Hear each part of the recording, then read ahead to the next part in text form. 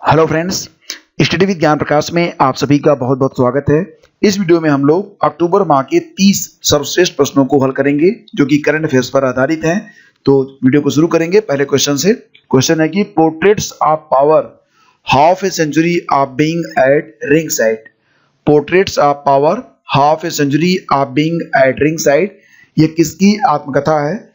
तो इसका सही जवाब बनेगा friends option A, Nand Kishore Singh, जिनको आप एनके सिंह के नाम से जानते हैं। एनके सिंह 15वें वित्त आयोग के अध्यक्ष हैं और जो 15वां वित्त आयोग है ये 1 अप्रैल 2020 से शुरू हुआ है।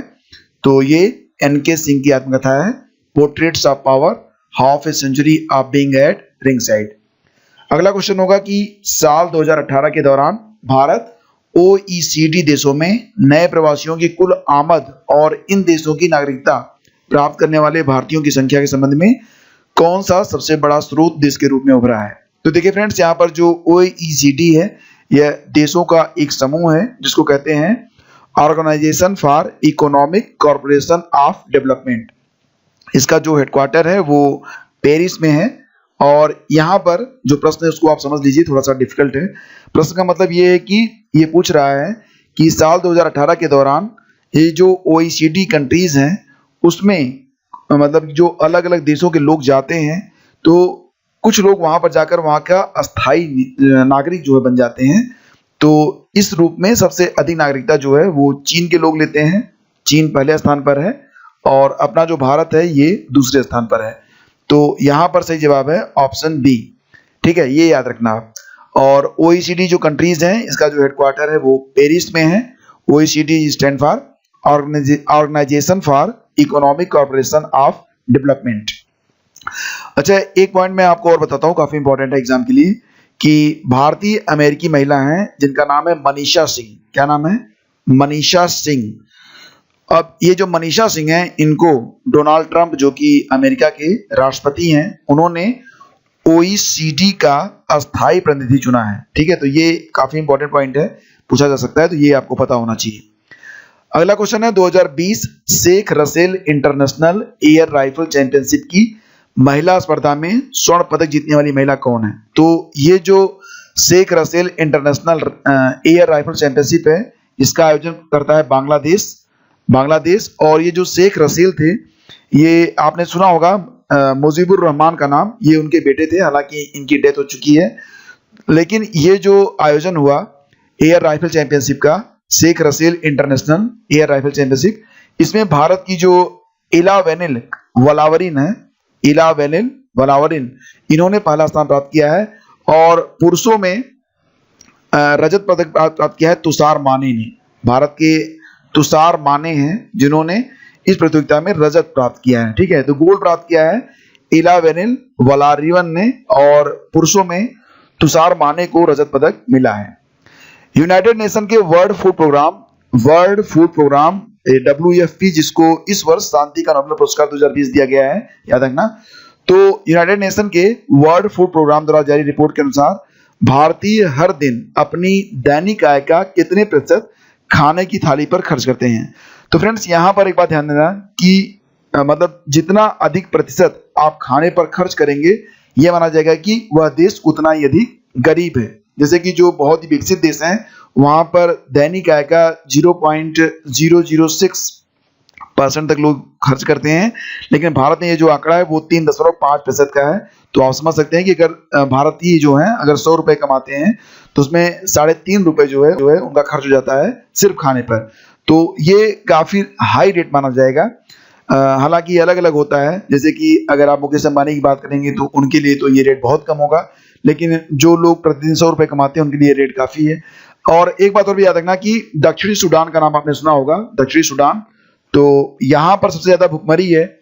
यहाँ पर जो मतलब खाने की थाली पर दैनिक आय का 186% खर्च किया जाता है। आप कहेंगे 100% से ज्यादा कैसे खर्च होता है? तो इसलिए तो वहां पर भुखमरी है, मतलब वहां पर लोग खाना ही खा नहीं पाते हैं। मतलब 2 दिन कमाते हैं तब एक दिन जाके वो खाना पाते हैं। दक्षिण सूडान एक ऐसा देश है। तो भारत में यह 3.5% है, ये आप याद रखना। सरकार ने लोकसभा और विधानसभा उम्मीदवारों की अधिकतम व्यय सीमा कितने प्रतिशत बढ़ा दी है? तो देखिए बात यहाँ पर लोकसभा की हो रही है और विधानसभा की हो रही है। तो क्या बता सकते हैं लोकसभा में जो प्रचार वगैरह करने के लिए अधिकतम जो खर्च था वो कितना था? तो देखिए ये था 70 लाख, ठीक है, 70 लाख खर्च करने के लिए नियम बनाया गया था। हालांकि खर्च तो बहुत सारे पैसे हो जाते हैं, लेकिन इसमें 10% का बढ़ाव किया गया है, यानी कि 70 लाख से अब इसे बढ़ाकर 77 लाख तक की अनुमति दी गई है। और अगर विधानसभा चुनाव होंगे तो उसमें प्रचार प्रसार के लिए कुल 28 लाख रुपए खर्च करने का प्रावधान था। तो ये अब 30.8%, 30.8 लाख कर दिया गया है, ठीक है। तो ये याद रखना 10% जो है बढ़ा दिया गया है। और वेपी कोलंबो अंतरिक्ष यान को किस ग्रह का अध्ययन करने के लिए लॉन्च किया गया है? वेपी कोलंबो अंतरिक्ष यान को किस ग्रह का अध्ययन करने के लिए लॉन्च किया गया है? तो ये बुध ग्रह का अध्ययन करेगा, बुध ग्रह का, ठीक है। तो ये प्रश्न भी काफी इंपॉर्टेंट है, बुध ग्रह का। और ये जो वेपी कोलंबो नामक अंतरिक्ष यान है, इसको छोड़ा किसने है? तो आपने जाक्सा का नाम सुना होगा, जाक्सा, जो कि जापान की जो है एजेंसी है, अंतरिक्ष एजेंसी। और इसके अलावा यूरोपियन स्पेस एजेंसी के द्वारा जो है इसे लॉन्च किया गया है। तो ये बुध ग्रह तक पहुंचेगा, ठीक है, वेपी कोलंबो। अगला क्वेश्चन है कि अगरकर रिसर्च इंस्टीट्यूट जो कि पुणे में स्थित है, अगरकर रिसर्च इंस्टीट्यूट पुणे, तो अगरकर रिसर्च इंस्टीट्यूट द्वारा मार्क्स 6378 नामक एक नई फसल की प्रजाति विकसित की गई है। तो आपको बताना है कि मार्क्स 6378 किस फसल की किस्म है? तो ये जो है वो गेहूं की किस्म है, ऑप्शन डी। लांसेट जर्नल में प्रकाशित रिपोर्ट के अनुसार भारत में जीवन प्रत्याशा का मतलब होता है कि मैक्सिमम जितना लोग अब जी पा रहे हैं, जैसे कि मानव जो है, जो मानव शरीर है वो 100 साल तक सरवाइव कर सकता है, ठीक है। लेकिन 100 साल तक तो लोग पहुंचते नहीं हैं। भारत में 59.9 वर्ष तक ही लोग जो है अपना जीवन जी पाते हैं। लेकिन अब ये जो मतलब जीवन प्रत्याशा है वो बढ़कर हो गई है 70.8 वर्ष। और ऐसा क्यों हुआ है? क्योंकि अब मेडिकल जो है और डॉक्टर्स की सुविधा अधिक हो गई है। तो ऑप्शन सी है, लांसेट जर्नल ने बताया है कि भारत में औसतन उम्र अब 70.8 वर्ष हो गई है। अच्छा, एक बात और भी याद रखना कि भारत में जो अलग अलग राज्य हैं वहां पर जीवन प्रत्याशा अलग अलग है। सबसे अधिक जो लोग जीते हैं तो वो केरल के लोग जीते हैं। केरल में औसतन लोग 77.3 वर्ष जीते हैं, ठीक है। और सबसे कम जो है मरने की सबसे अधिक जो मरने की संभावना है, मतलब सबसे कम उम्र जो है वो उत्तर प्रदेश के लोगों की होती है, और ये है 66.9 वर्ष, ठीक है। मतलब लगभग 67 वर्ष उत्तर प्रदेश में लोग जीते हैं, 77 वर्ष केरल में लोग जीते हैं। तो आप डिसाइड कर लो कि आपको कहाँ पे रहना है। एनीवे, आईएसए यानी कि इंटरनेशनल सोलर अलायंस का 87वां सदस्य देश कौन सा बना है? इंटरनेशनल सोलर अलायंस का जो 87वां कंट्री देश बना है वो है निकारागुआ। तो ऑप्शन सी, ये याद रखना, काफी इंपॉर्टेंट है ये, ठीक है। तो ऑप्शन सी इसका बिल्कुल करेक्ट है। आईएसए का कल्पना चावला पुरस्कार, अब एक बात और भी याद रखना कि आईएसए का जो हेडक्वार्टर है वो गुरुग्राम हरियाणा में है। तो आईएसए का कल्पना चावला पुरस्कार किसे प्रदान किया गया है? आईएसए के द्वारा 3 पुरस्कार दिए गए हैं। एक तो आपका हो गया कल्पना चावला पुरस्कार, दूसरा हो गया आपका विश्वेश्वरैया पुरस्कार, और तीसरा है दिवाकर पुरस्कार। तो तीनों के बारे में बात करेंगे। सबसे पहले बात करते हैं आईएसए का जो कल्पना चावला पुरस्कार है ये किसे प्रदान किया गया है।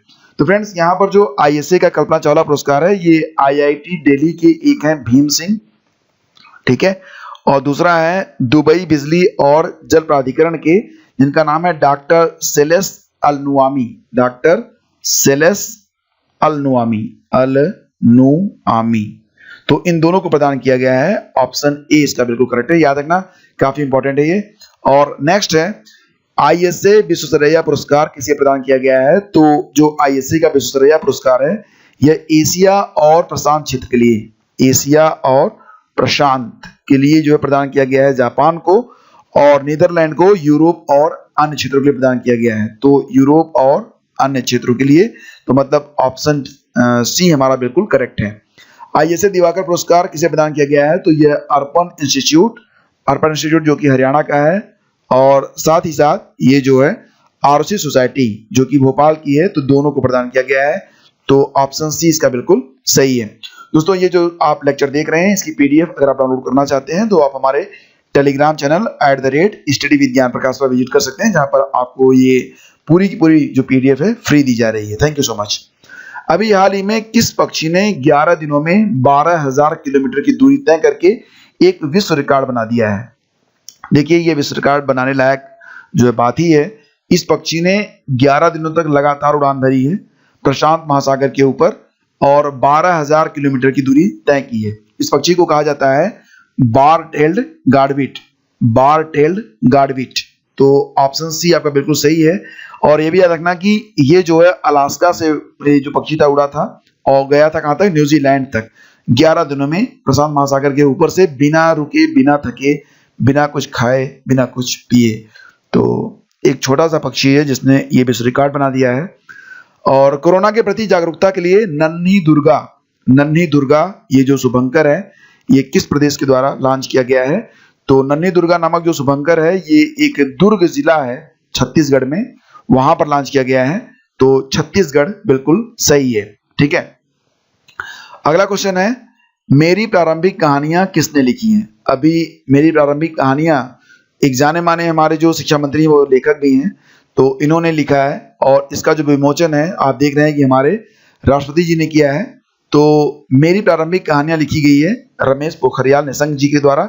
और इनकी कुछ और भी कहानी की किताबें हैं, जैसे कि 21 सर्वश्रेष्ठ कहानियां, और एक किताब और है एक और कहानी। ठीक है, तो ये किताबें जो हैं वो रमेश पोखरियाल निशंक की रचनाएं हैं। आयोडीन डेफिशिएंसी डिसऑर्डर डे ये कब मनाया जाता है? आयोडीन डेफिशिएंसी डिसऑर्डर डे ये प्रतिवर्ष 21 अक्टूबर को मनाया जाता है। जब आयोडीन की कमी हो जाती है बॉडी में तो उससे क्या होता है, गला सूख जाता है। ठीक है, तो उसको क्या कहते हैं, घेंघा रोग कहते हैं। तो इसके लिए आपको आयोडीन युक्त नमक ही खाना चाहिए। तो आयोडीन डेफिशिएंसी डिसऑर्डर डे 21 अक्टूबर को प्रतिवर्ष मनाया जाता है। State of global air report 2020 के अनुसार वायु प्रदूषण के चलते भारत में वर्ष 2019 में कितने नवजातों की मृत्यु जन्म के पहले महीने में होगी? क्वेश्चन समझ गए आप?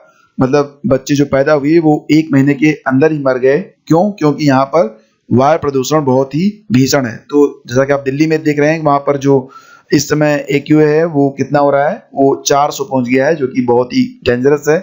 तो कुल 1,16,000 का आंकड़ा है ये। ठीक है, तो ऑप्शन बी हमारा बिल्कुल करेक्ट है। और भारत अंतर्राष्ट्रीय विज्ञान महोत्सव का कौन सा संस्करण वर्चुअल रूप में 22 से 25 दिसंबर 2020 को आयोजित किया जाएगा? भारत अंतर्राष्ट्रीय विज्ञान महोत्सव का ये वर्चुअल होगा, तो उसका कोई लोकेशन नहीं है, लेकिन ये इसका 6ठा संस्करण होगा। और इसका जो पहला और दूसरा संस्करण था वो नई दिल्ली में हुआ था। तो ये क्वेश्चन आ सकता है, इसलिए बता रहा हूं मैं आपको कि पहला दूसरा संस्करण आयोजन कहां पर हुआ था। और इसके पहले यानी कि जो 5वां वाला संस्करण था उसका आयोजन किया गया था कोलकाता में। ठीक है, तो हमारे जो डॉक्टर हर्षवर्धन जी हैं विज्ञान मंत्री, उन्होंने इसकी जानकारी हमें प्रदान की है। अगला क्वेश्चन है, ढाका और किस भारतीय शहर के बीच चलने वाली पैसेंजर ट्रेन 26 मार्च 2020 से जो है रूटीन में आ जाएगी? तो ये सिलीगुड़ी है, भारत में सिलीगुड़ी जो कि पड़ता है वेस्ट बंगाल में। तो सिलीगुड़ी से ढाका के बीच में एक ट्रेन चलेगी 26 मार्च से। ठीक है, तो ये जरूर याद रखना आप। और गिरनार रोपवे गुजरात के किस जिले में है? जैसा कि आप जानते हैं कि गिरनार जो पर्वत है वहां पर दुर्गा जी का एक मंदिर है, जिसे अंबे मंदिर कहते हैं। तो अंबे मंदिर तक जाने का जो रास्ता था अब उसके लिए रोपवे शुरू कर दिया गया है। तो मात्र 7 मिनट में पूरी दूरी आप तय कर लेंगे नीचे से ऊपर तक की। और इसको जो है 24 अक्टूबर को हमारे प्रधानमंत्री नरेंद्र मोदी जी ने इसका जो है उद्घाटन किया है। और ये जो है कहां पर है, तो ये जूनागढ़ में स्थित है। ठीक है, तो ऑप्शन बी हमारा बिल्कुल करेक्ट है, जूनागढ़। और इसको बनाया किसने था, ये भी क्वेश्चन आ सकता है कि ये जो रोपवे है इसको किस कंपनी ने बनाया था? तो इसका सही जवाब है एक कंपनी है, इसका नाम है ऊषा ब्रैंको। ऊषा ब्रैंको ने इसका निर्माण किया है। नासा के OSIRIS यानी कि ओसिरिस रेक्स अंतरिक्ष यान ने सफलतापूर्वक किस क्षुद्र ग्रह की सतह को छुआ और क्षुद्र ग्रह के चट्टानों के नमूनों को एकत्र किया है? तो फ्रेंड्स, ये जो एक बहुत ही खतरनाक क्षुद्र ग्रह है, ये माना जा रहा है कि ये आने वाले भी काफी टाइम के बाद ये पृथ्वी से टकरा सकता है। तो ये मतलब इसकी जो संरचना है वो किस प्रकार की है, कौन कौन सी चीजें इसमें हैं, तो इसका अध्ययन करने के लिए नासा ने ओसिरिस रेक्स नामक 2016 में एक अंतरिक्ष यान भेजा था। ये वहां पर पहुंचा था 2018 में। अब 2 साल में इसने वहां पर जो है नमूने सैंपलिंग जो है कलेक्ट किया है और 2023 में ये वापस आएगा नासा के पास पृथ्वी पर। उसके बाद इसका जो अध्ययन किया जाएगा। तो ये बन्नू नामक क्षुद्र ग्रह है। एस्टेरॉयड का नाम क्या है? बन्नू। ठीक है, याद रखना, ये काफी इंटरेस्टिंग और काफी इंपॉर्टेंट है। यूरोपीय संघ के शीर्ष मानवाधिकार सम्मान सखारोव पुरस्कार 2020 से किसको सम्मानित किया गया है? सखारोव पुरस्कार उनको दिया जाता है जो लोग बहुत ही साहसिक तरीके से सही दिशा में कदम बढ़ाते हैं। तो जैसा कि आपको पता होगा, बेलारूस का नाम आपने सुना होगा। तो बेलारूस के जो तानाशाह हैं उनका नाम है अलेक्जेंडर लुकाशेंको। तो अलेक्जेंडर लुकाशेंको के खिलाफ स्वेतलाना तिखानोवस्काया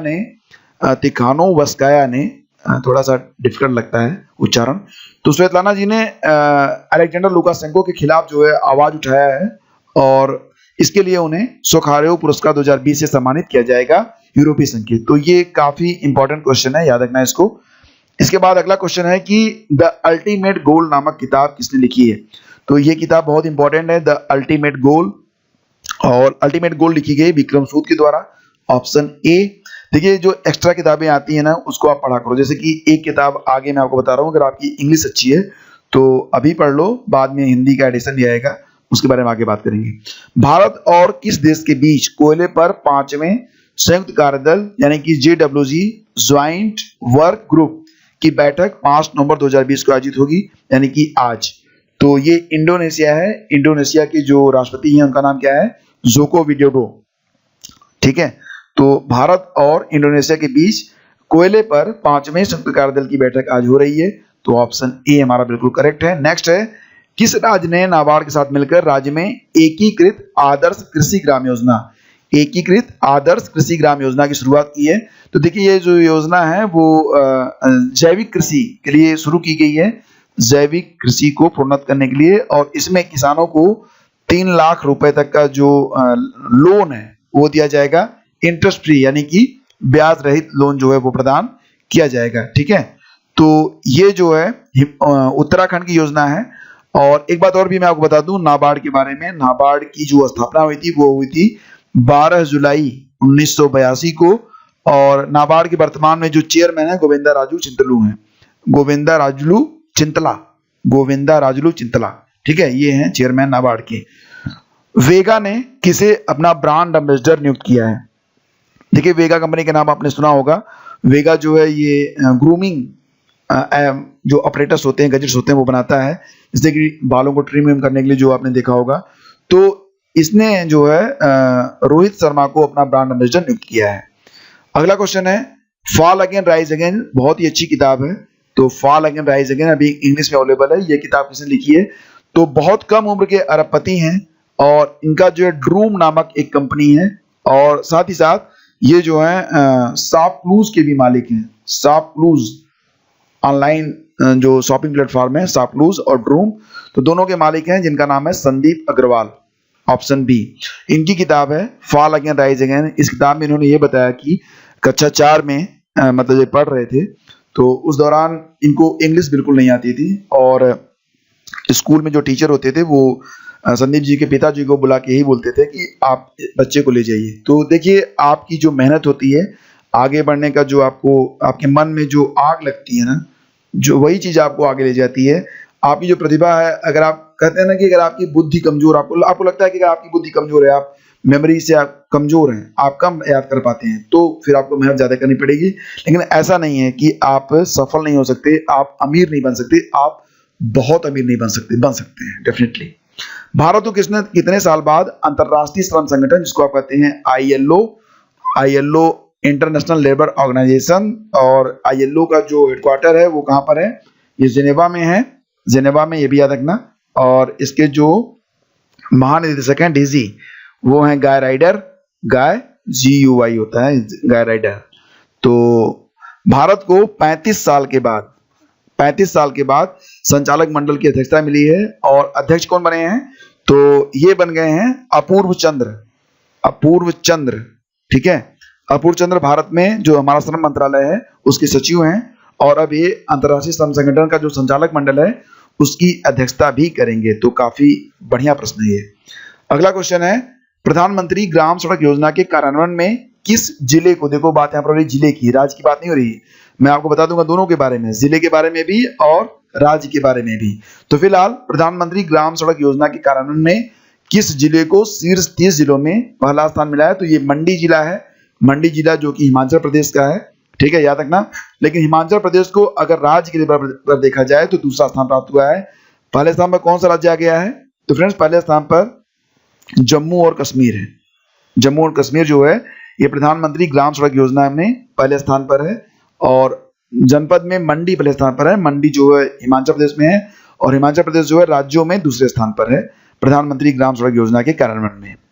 अगला क्वेश्चन है ओकला। आपने देखा होगा बहुत सारे लोग जो होते हैं मोबाइल में ऐप इंस्टॉल करते हैं ओकला का, और एयरटेल का जब ऐड आता है उसमें इसमें भी ये बताया जाता है कि एयरटेल बेस्ट इंटरनेट स्पीड देता है।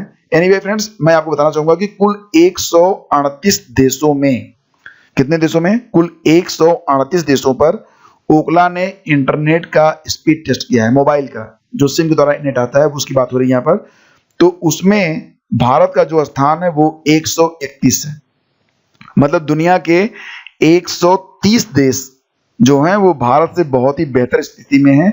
सबसे तेज यानी कि पहले स्थान पर है दक्षिण कोरिया, ठीक है। दक्षिण कोरिया जो है ये मोबाइल इंटरनेट स्पीड के मामले में पहले स्थान पर है। तो एक बात याद रखना कि दक्षिण कोरिया में जो मोबाइल की इंटरनेट स्पीड आती है वो कितनी आती है? 121 Mbps, ठीक है। और भारत में ये जो इंटरनेट की स्पीड आती है वो आती है 12 Mbps। तो बहुत ही स्लो इंटरनेट की स्पीड है मोबाइल के द्वारा भारत में, लेकिन उसके बावजूद भी दुनिया में सबसे तेज गति से जो मोबाइल इंटरनेट यूजर हैं वो भारत में ही बढ़ रहे हैं। तो फ्रेंड्स ये था अक्टूबर 2020 के सर्वश्रेष्ठ 30 प्रश्नों की पहली सीरीज। 2-3 सीरीज और आएगी, उसके बाद हम पूरे अक्टूबर को कवर कर लेंगे। तो ये वीडियो आपको कैसा लगा जरूर बताइएगा। और इस वीडियो की जो PDF है वो आप हमारे टेलीग्राम चैनल से जाकर डाउनलोड कर सकते हैं। Thank you so much, have a great day. जय हिंद।